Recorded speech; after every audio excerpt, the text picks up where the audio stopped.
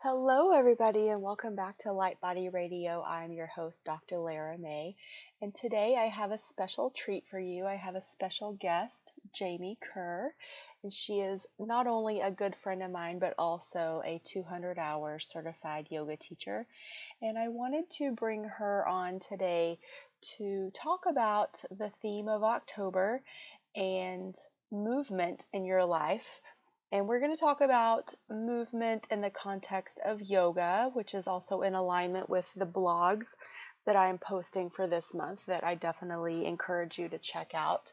And the reason we're talking about these two things together is because it's a great way for anyone of any ability at any point in their journey to start a movement practice that is both nourishing and not too overwhelming and very customizable, but also very constructive and really opens you up to so many different benefits, both with your body and your mindset that can permeate your entire life in so many positive ways.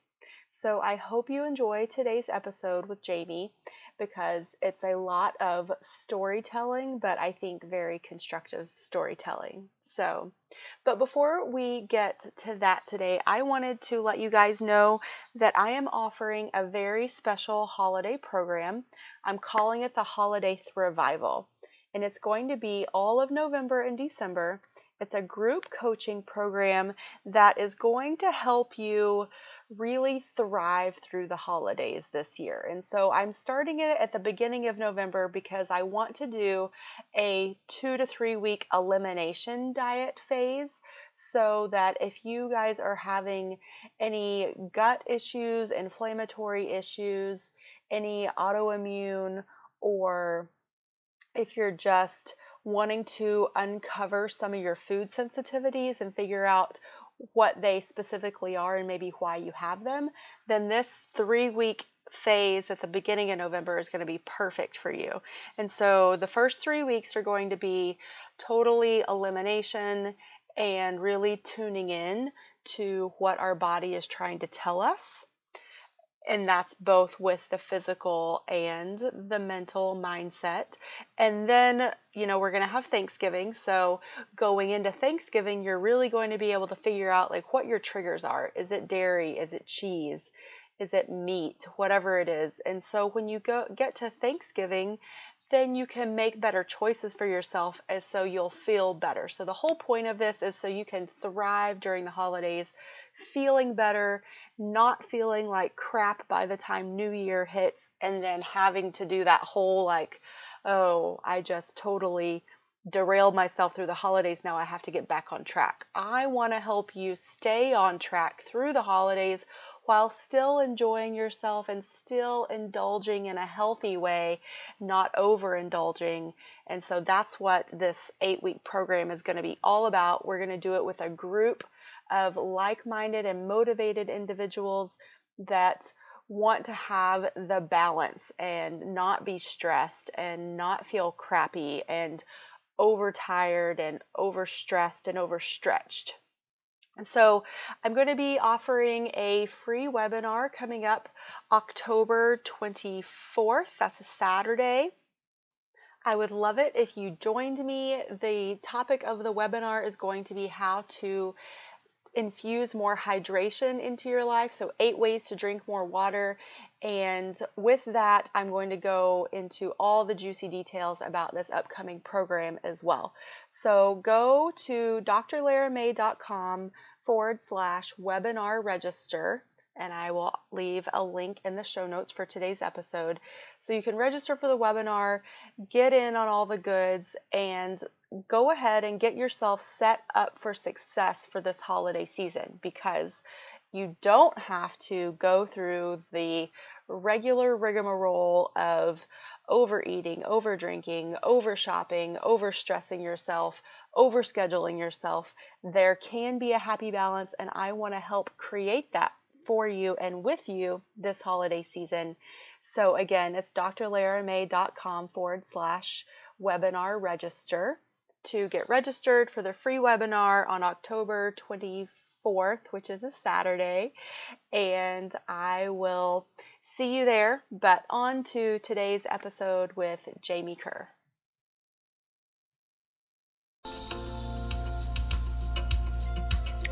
Hello and welcome. I am Dr. Lara May, a clinical pharmacist specializing in functional medicine, as well as a certified yoga teacher and Reiki master.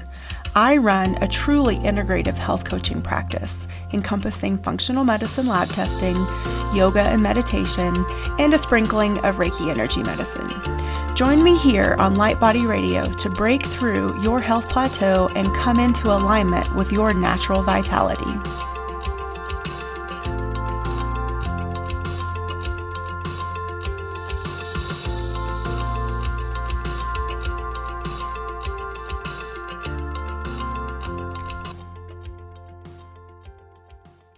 Today's episode is in alignment with my theme for October for movements. And so I have my friend Jaime Kerr on, and she is a certified 200-hour yoga teacher. And I wanted to bring her on today because she has a very tumultuous relationship with movement. I think that's safe to say. She can correct me if I'm wrong. And so I thought she would be a perfect example of what it's like to struggle with movements and come out the other ends still creating her own version of what works for her. So Jaime, welcome to Light Body Radio. Thank you. And so let's just start by you telling us your story about maybe like your relationship with movement and how you became a yoga teacher and like however you want to bring that forward today. Okay, where to begin? It's kind of messy and all over the place with movement. Do you want to know more from like beginning with being younger in movement?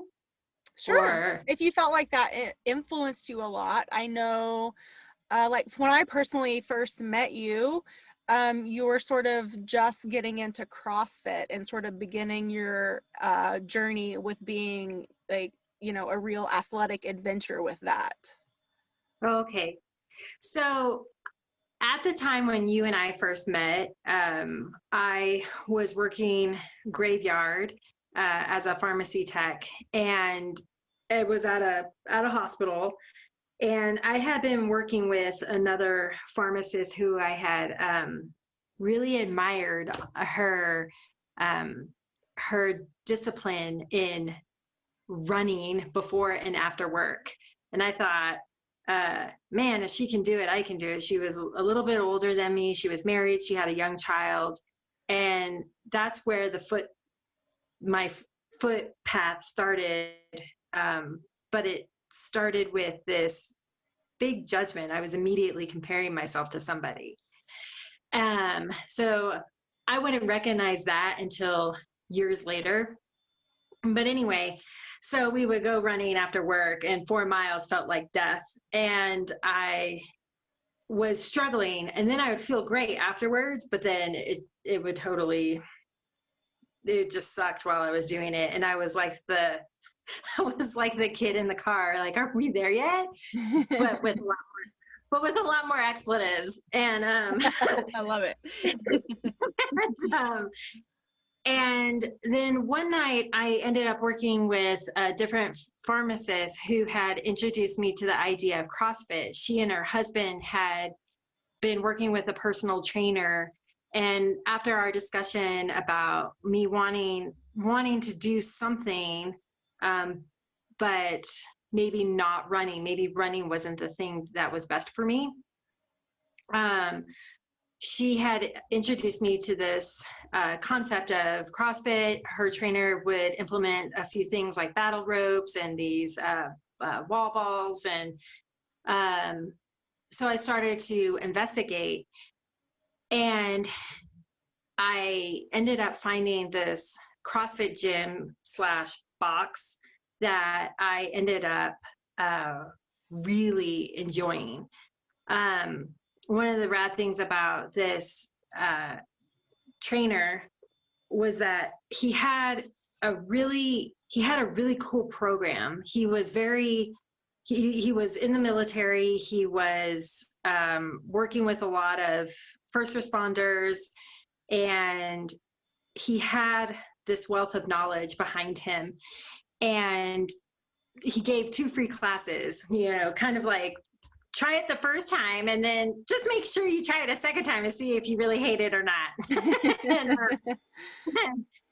and I loved it. And it was really simple. But when I was there, I saw these 2 other women that were doing these deadlifts with this massive weight. And I thought, oh my gosh, like, she's shorter than me and she's pushing out this weight. Wow, that's really neat. She's so strong. I didn't know that you could be, I mean, it sounds silly, but like, I didn't know that I never had seen women actually do that in front of me before.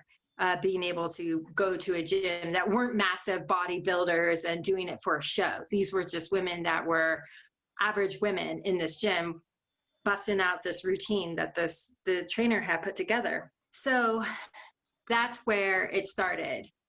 It was really interesting. I ended up doing a couple of his classes, and then I went to the snow with my family, and I was so sore, and it felt so good because I felt like my body had awakened and it had responded to something that I didn't feel like I didn't even know was asleep at that time. Mm-hmm. And then interestingly, those 2 same women, they had also introduced me to Bikram yoga. And I had no idea what that was, but it was a gym or a studio that was right around the corner. They thought, it's great, you should check it out. And, well, what is it? Oh, it's just, yoga that's in this heated room, you sweat a lot. Oh, okay. All right. And I thought it was going to be really complimentary, like, oh, it's going to be massive hard workout with CrossFit. And then I'm going to Bikram and I'm going to just have this mellow, totally yoga Zen, experience. And I had no idea that it was going to be so much work. Yeah. I started becoming addicted to the endorphins that I started gaining from CrossFit. I was feeling good, and I was busting out this weight. I was RXing, which means that I was doing the weight as prescribed.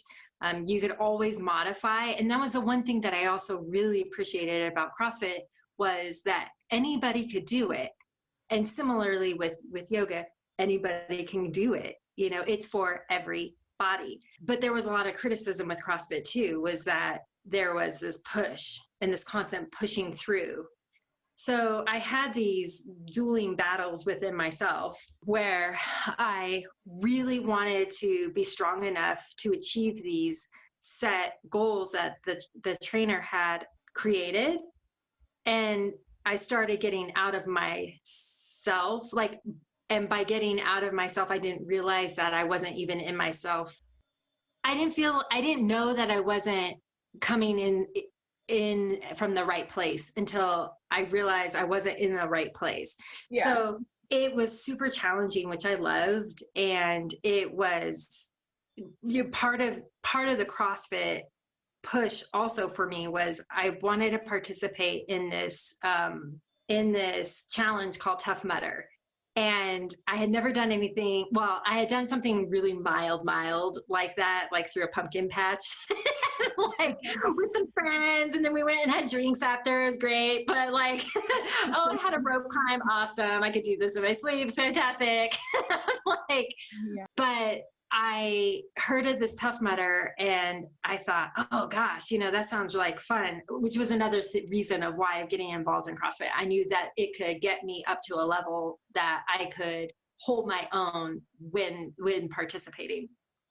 And so there was this kinship with the group of people in CrossFit. Everybody's struggling through it. You're grinding through this horrible workout, and but it was really good at the same time. and you're challenging yourself with others, you're challenging yourself, and you're strengthening yourself on so many different levels, you know, that you don't realize that you have that strength within you. But it's not just so much it's not so much a physical strength, but a mental strength. Mm-hmm. And especially working with graveyard as well, being and in a medical environment, you have to sort of dig deep, because there's only you. I mean, at the time when I was working, it was only myself and the pharmacist. And so you have to dig deep whether you want to or not. And there's no one else to do it. And so it was like these life lessons that were just kind of like blossoming all over. And who knew that CrossFit had that to offer? I was like, wow, that's amazing. But then I ended up pushing myself to a point where I ended up injuring myself. And you know, going to the Bikram and CrossFit multiple times a week for hours at a time wasn't a healthy balance. And I wouldn't, the first sign of that is that injury of, hello, you're not you're doing too much, and you need to use. What did you injure? So I had torn some intercostal rib muscles, and I started it when I was doing my favorite exercise on this machine called the GHD machine. And I later bought one off of Amazon, but it's totally sucked. It's not the same as the one that you could get from Rogue Fitness. It's just not the same. You know, yes, you need that $3,000 one versus the $200 one because that sucker stays put, and you end up, it was this full extension.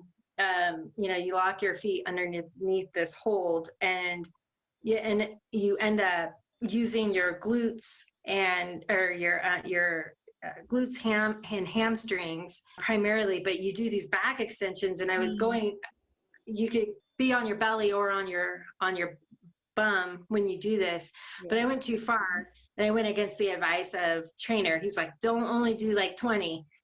Yeah, I got this 20. What's this 20? I can do 50. This feels so good. and it feels good until it doesn't. And then you can't breathe because it's, on your ribs and your lungs, and oh God. So it was a lot of, biofreeze and, Tiger Balm and ice packs and wrapping them around my chest and sleeping upright in order to get through it, which was another life lesson. Yeah. Wow.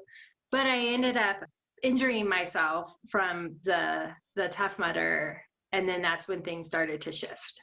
Okay. I'm going to interrupt you because I know there's more to the story, but I wanted to ask you, what were your, back when the whole running thing came to you and you were working with the pharmacist that was running before and after work, what were your original goals going into that?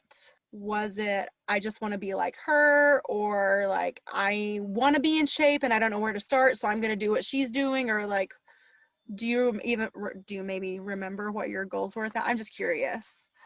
Yeah, I think it was more of wanting to be in shape, wanting to be more fit. I wanted stronger legs, and I wanted to be like her. Okay. To a certain extent. I really admired her. She had an interesting backstory, just like a hard worker, like a Horatio Alger's kind of story. And, she was her own believer. She was her solo believer in herself. And through that grit, she was able to accomplish great things for herself. And I really admired her. And so she inspired me on that level. Cool. Awesome. Yeah. Yay. I like that. Women inspiring women.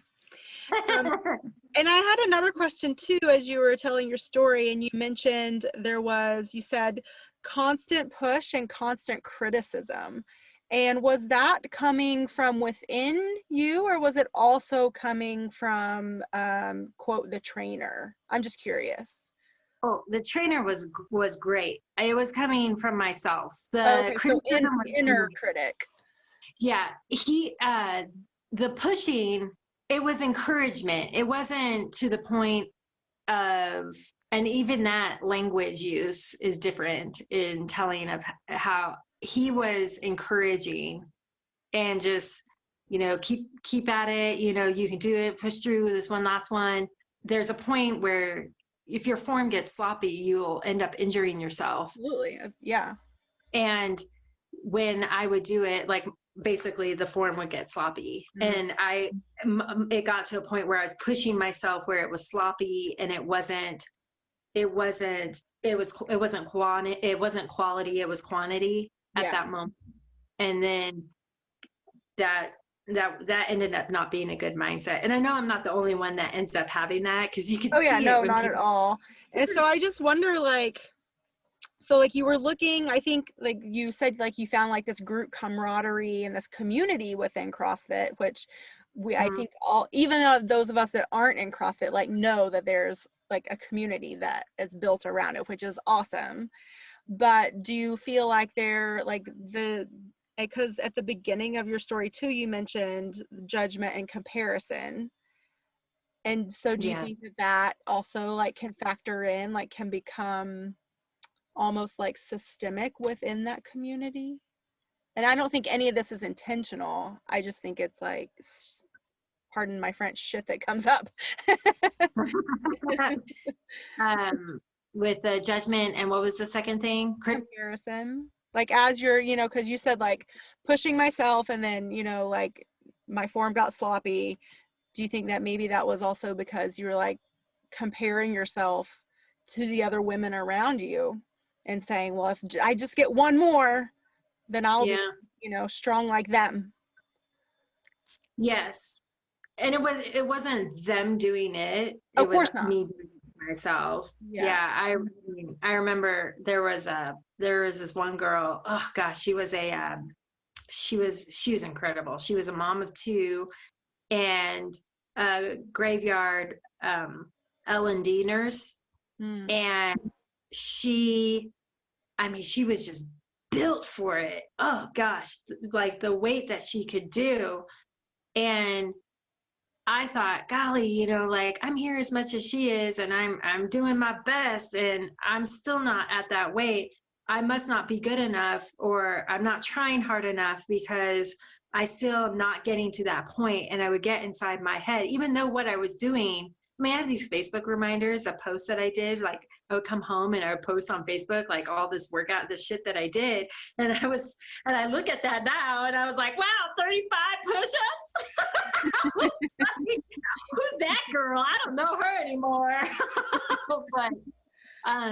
But she was incredible. But it wouldn't be until going through the 200-hour yoga teacher training that I would realize how different our bodies are, and what our different bodies are capable of. And it's a good thing, bad thing. It just is. Awesome. Great. Great segue. Okay, so so injury at Tough Mudder, and that sort of put the brakes on a lot for you, right? Major depression. So the universe like sort of like stopped you. It was like, totally. Do not Tasco did not collect $200. And then tell me like how you came to the yoga teacher training. So I was working with this really cool person who happens to be interviewing me right now.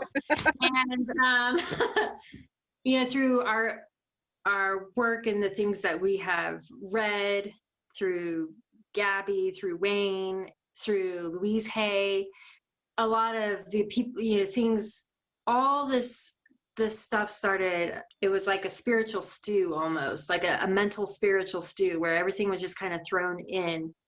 And it started, or maybe not thrown in, but it was collected and placed, and then it was marinating in a way. And so through all these conversations, this yoga training had been bubbling to the surface.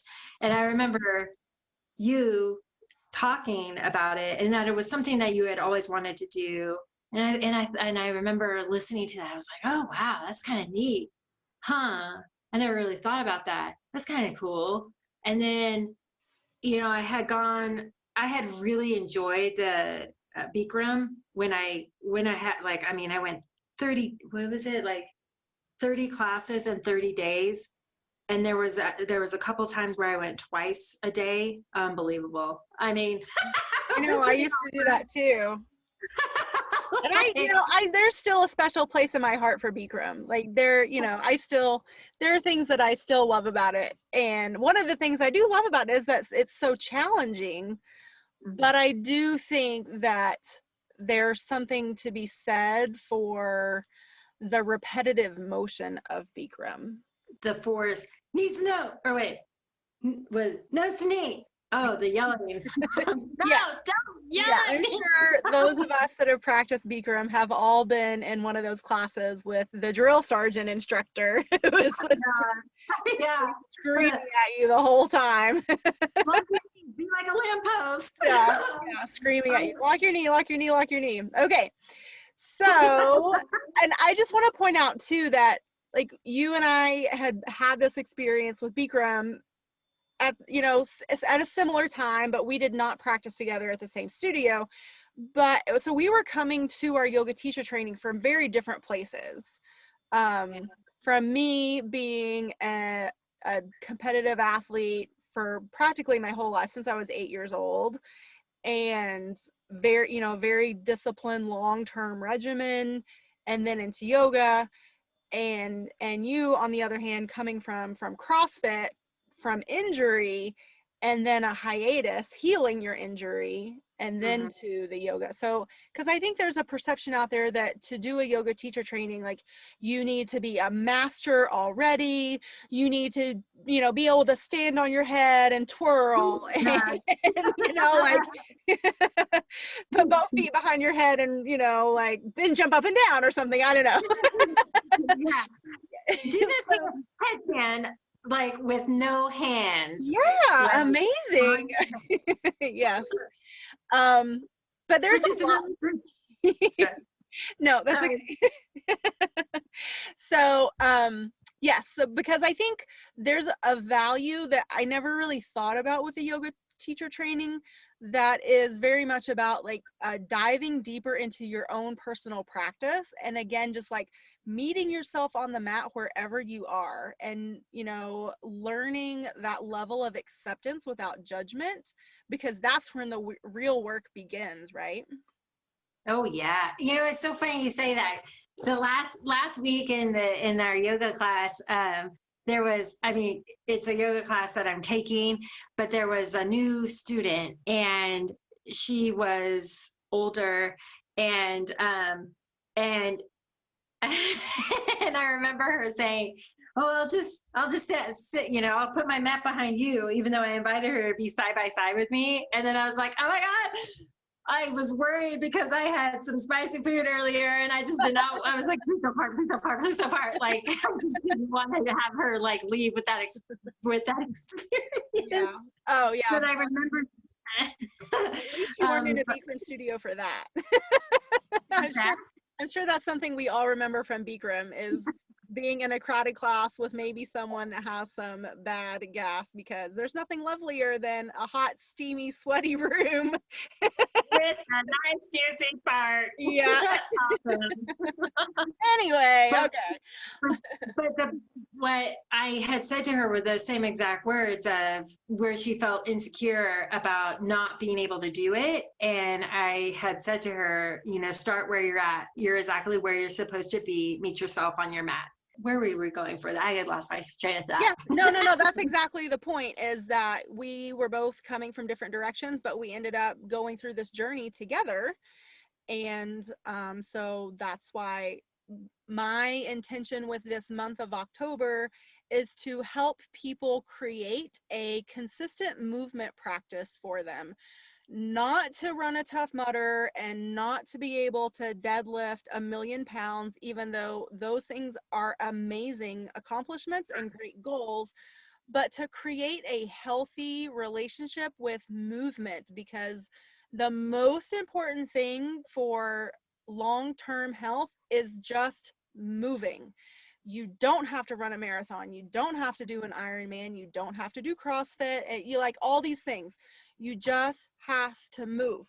And so I thought that you have a great story, and I've sort of gone with the emphasis of yoga for this month because I think yoga is so approachable, and I wanted to dispel this perception that, again, you have to be a master, right off the bat, or you have to, be flexible, or blah, blah, blah, or it has to take an hour and a half every day. None of those Oh, things are true. Lord, please. So yeah, I wanted to talk to you and bring your story to this conversation because I think it's a great illustration of real life and a real creation of a consistent movement practice that can be a great inspiration for other people. Oh yeah.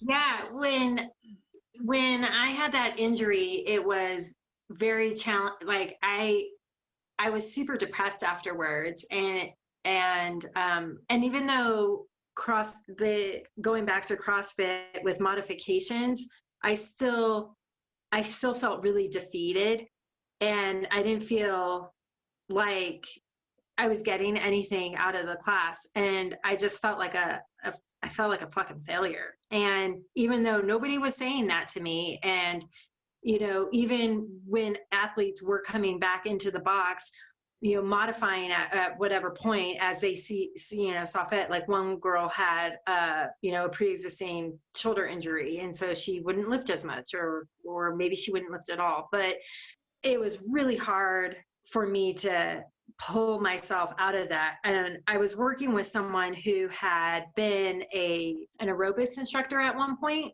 and she had recommended this home workout video. It was Pilates. And so then that's where I started coming back into it. And again, I ended up going off the deep end where I started working out 3 times a day. Again, who is that girl?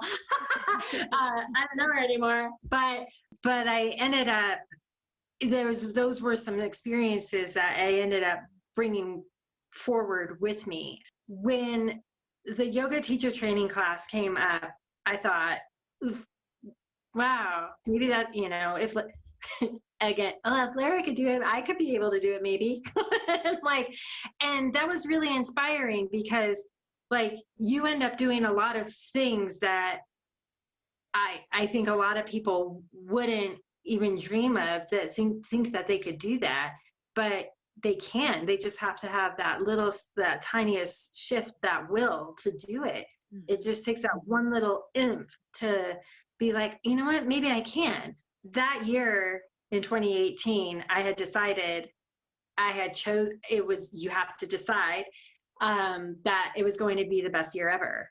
And so that started with going to seeing Gabby, Abraham Hicks, and then it started the ball rolling even more. I ended up having, I was working a second job. I was commuting to work. I thought, yeah, I could afford it. And it's online. That's cool. And I had to get around my head that how there are some in the yoga community that will, they discount. It's slowly changing now. Well, but at that time, even though it was a short time ago, it was really negated. Like, oh, it's not quality, you're not working with a real teacher. Oh, but you are. And she's amazing. And or you're not going to India to study, or and one of the things that I loved about it was the opportunity to be able to look at so many different bodies. I mean, there had to have been like 100 people or more that were in our class. People from all over the country, all over the world, all different types of body types, males and females. And they were, I think, people at that time, especially like you said, 2018, way before COVID, it was, you go to a studio, you study in person, but this worked for us. And now totally different. There's almost all of them are online now, right? Because because you're not allowed to be in a room with That's funny how 30 that other works out. people. Oh, life, you're so funny. Yeah. But yeah, I didn't going in, I didn't really know what I didn't really know what my intention was, except that I was going to make the best year ever, and that this came up on my radar, and why not? And I just or leaped, or whatever the word is, and the path ended up appearing before me. I just had to trust myself that I could do it.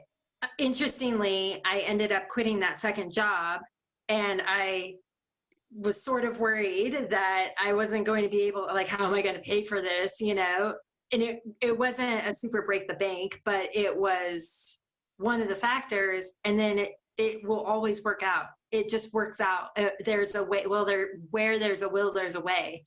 Being open to that reception, and even with, like, when you're in a hard pose, just breathing through it, and holding it, and that form, how important it is, and even translating that to just showing up for class, and how that can translate to holding the pose, attending class, how that can translate even more in your life of just keep going.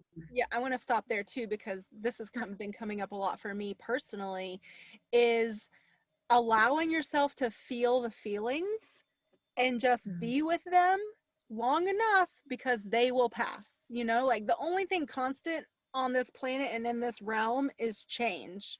And that's true with our feelings too. And I think, especially within this culture that we're in now, is anything to avoid the feelings, right? To not feel the feelings. So we do drugs, smoke pot, we drink, we take benzos, we watch TV, we spend money, and some people are addicted to yoga. But I would say that if you're, at least when you're in the pose and you're breathing, as long as you're not in acute pain, it's okay to be uncomfortable, because it is teaching you that mental fortitude of breathe and allow whatever's coming up to come up, and it will pass. Because after however many breaths you've dedicated, you've committed, then you'll be, then you come out of it and things move on. Absolutely. As long as you're a person and you have a set of lungs, you can accomplish that. And it doesn't matter whether you are, like, there's the stereotype of only skinny white girls that end up participating in yoga. And then you have a lot of there are more forums now of bigger bodied women, differently abled bodied women, and also men too, and different racial ethnicities that are getting out there, and they're teaching and showing. So I started following this woman. She's out of Fresno, and she is following, like, on Instagram, not as a creeper. Oh, God. Let me clarify that. I think most of us know that following means on Instagram. But thanks for clarifying. Cool. Anyway, and I really like the energy that she brings to the table. I think it was on Yoga Daily Progress or something, another platform, where one of her videos was shared, and she is, I think, her name is Tiffany Crow. She calls herself a fat yogi, and she feels there's nothing to be ashamed about reclaiming the word. And there's a lot of negative criticism that she receives, and she'll post about it, and she ends up not demystifying, but it's so inspiring to me. And that's one of the reasons why I watch her videos, and I learn from her, because she is a bigger woman. She's 5'9", and I think she's 2 something. And these are things that she has mentioned, and that she ends up teaching different modifications on how to help you get through a pose. I work with a woman who is a bigger bodied woman who was expressing concern about being able to do certain things. And I asked her if it's amazing that you have so many tools around you, and you don't even sometimes we don't even realize the tools that are around us or in front of us. And we just have to shift our perspective in order to look at it a little differently. Like, who knew that you could use, you don't have to buy an expensive yoga strap when you have a belt or a bungee cord or a towel, like there's a dog leash. There's so many different things that you can use. Yeah. You don't have yoga blocks, but maybe you have a couple of bricks, or maybe you have, stackable, pans or whatever. The point being is that everybody can do it, and then staying the course of breathing through it. It only is that moment of discomfort, and as long as you are, like you said, not in any pain, or that it will transgress, is that the word? It'll pass. Like, the biggest thing for me is believing that I could do it, and that regardless of what I chose to do with it, like if I actually chose to be a teacher or not, that I can, like, I have that knowledge behind inside of me now. That was just super huge. And I didn't, you and I worked through times of like big, ugly, I remember big, ugly crying, just being so afraid of being able to be in front of somebody. And that's not entirely away. I'm maybe not as fearful as I was then, having to get over that hump.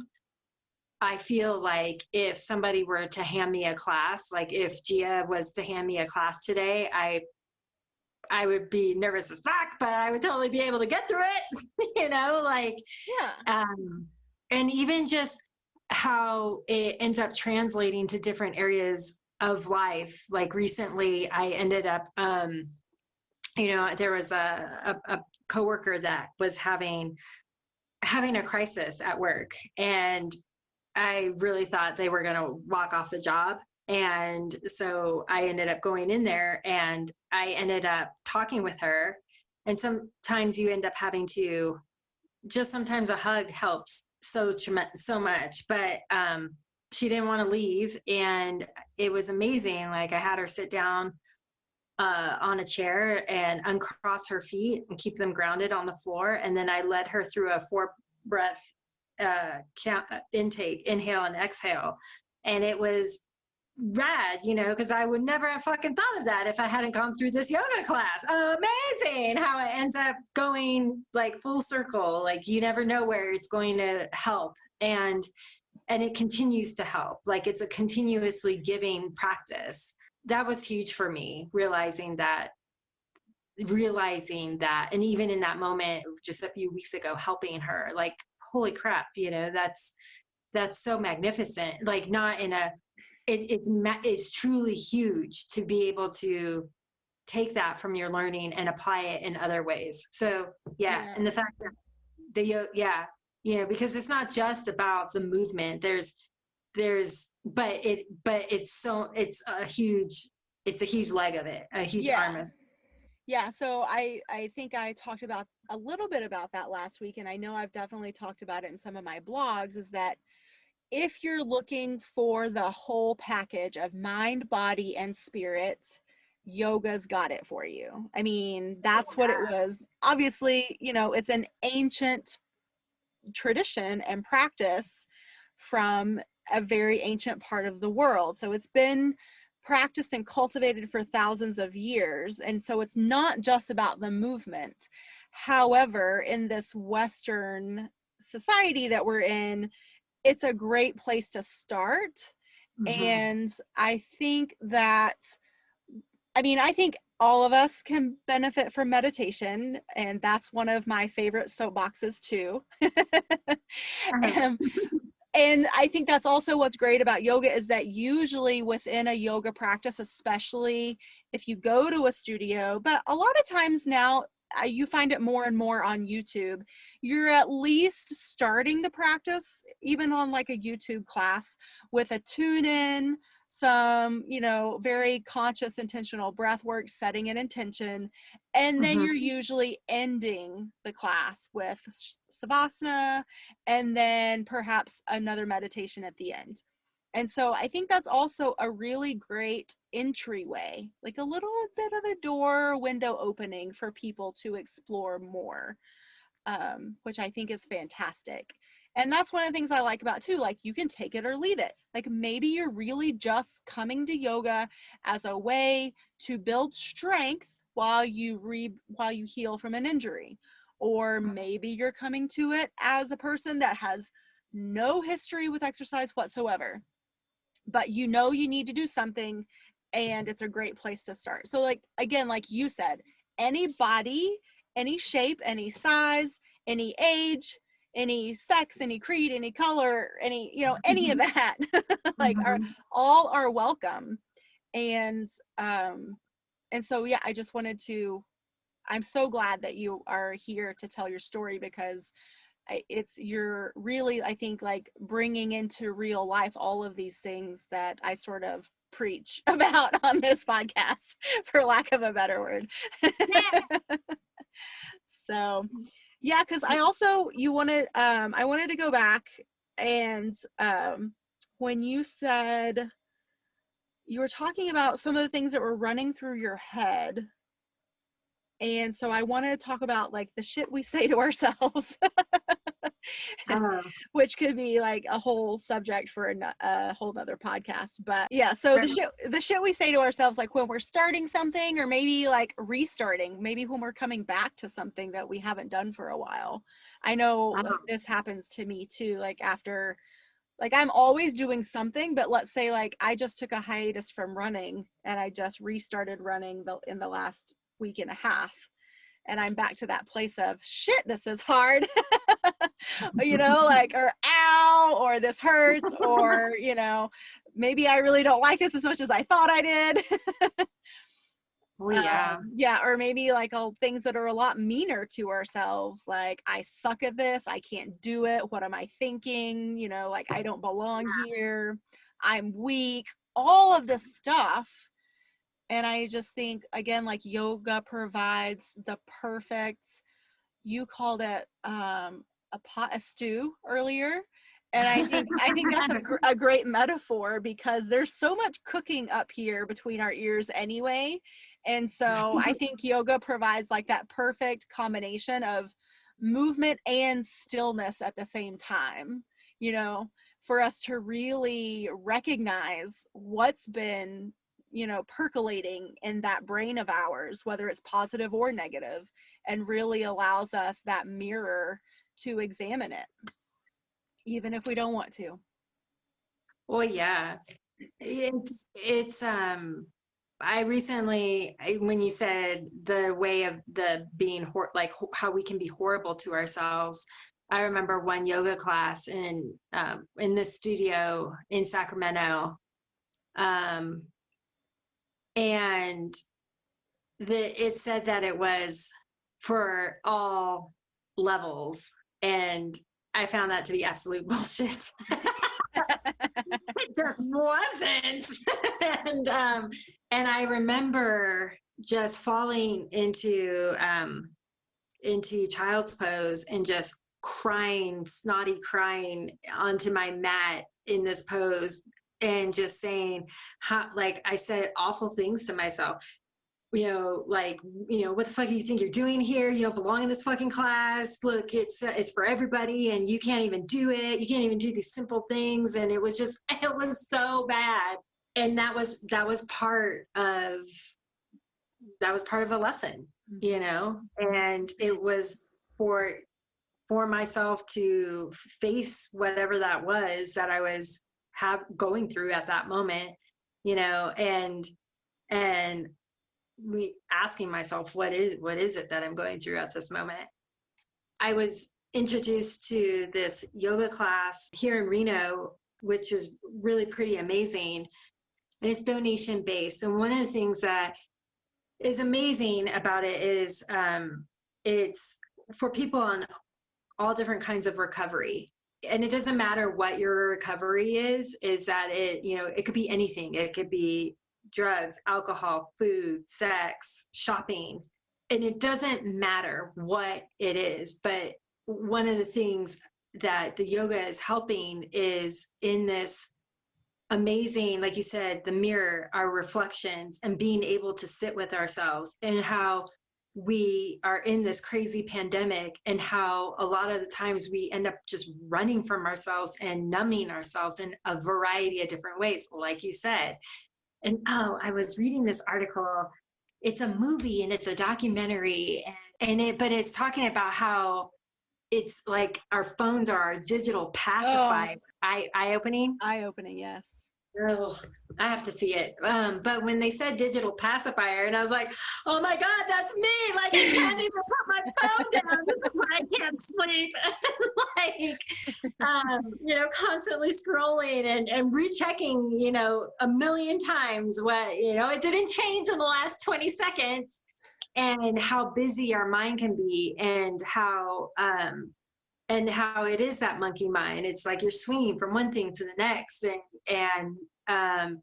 and how we end up like these are our distractions, and how we, you know, you always have choice. And even with the yoga, with this movement, you have a choice, and there's nothing wrong with going down to the mat in child's pose in order to just breathe through it. Some people's, the whole practice, you can come to a class and everybody will be doing like, a full-on sun salutation, and there's a guy over there in the corner that's napping. That's cool. Like, that's what he's doing. He's in shavasana or child's pose, whatever you need, you know, that there isn't any judgment in there, you know, that whatever you're dealing with. And one of the things that's rad about this class is that all of us have some sort of and we all have stories. But in coming to this class, you know, where we're at right now, we're showing up for ourselves. So again, I want to thank you so much for coming on today, and I want to start wrapping things up. So tell me I want to do this.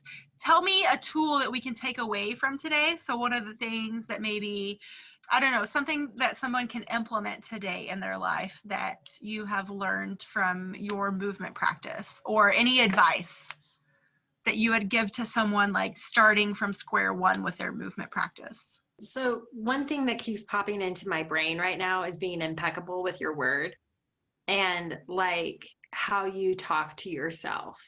And that is going to be huge in how you step forward in whatever you're doing. You know, being kind to yourself, being confident with your capabilities. Like, if you are curious and you want to try this movement, try it.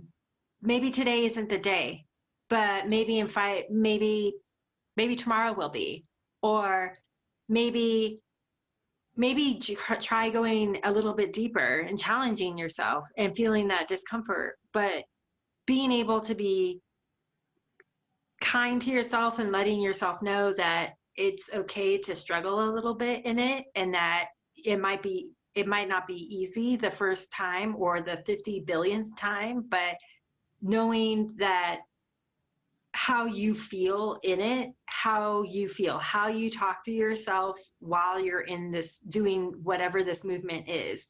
And even when it's walking into your class, and how we can, I mean, I've done it before where I'm taking my mat and I'm feeling hella jiggly and fat, and I'm calling myself, names, I'm just like, oh, gross, and like, oh, I gotta tuck my shirt in so my fat belly doesn't roll out, and I'll say these things sometimes, and then I catch myself.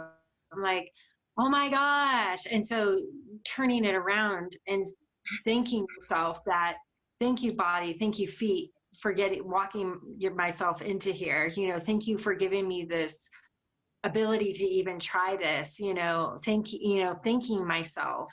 It's such a gift to be in our bodies. There are some people that don't even have arms and they're in a wheelchair, and they're doing some sort of, they're moving themselves. Over there, I saw this woman. She was in a wheelchair. I'm sorry, she didn't. Wrong parts. Sorry. Oh, that's not. She had arms, no legs, in a wheelchair, doing a handstand. Amen. It was incredible. So the fact that, where there's that will and there's that way. And if it starts with how you are with yourself first, and how you have being kind to yourself, and how that will translate into so many different facets. Yeah. But also like not getting hung up on the perfection, because it's not about how perfect we are, but it's like how quickly we come back, right? It's how quickly we self-correct, and how quickly we become self-aware and like, oh shit, I just said that to myself. That wasn't very nice, and correcting it with something that is kind and is, like a statement of gratitude, or, whatever it is. Absolutely. Yes. Cool. Thank you. Thank you again for being here, and thank you for your infinite wisdom that you brought forward today. Love it, love it, love it. And I hope you come back and we'll talk about some more good, fun, juicy stuff. So until next time. Yeah, thank you guys. Namaste.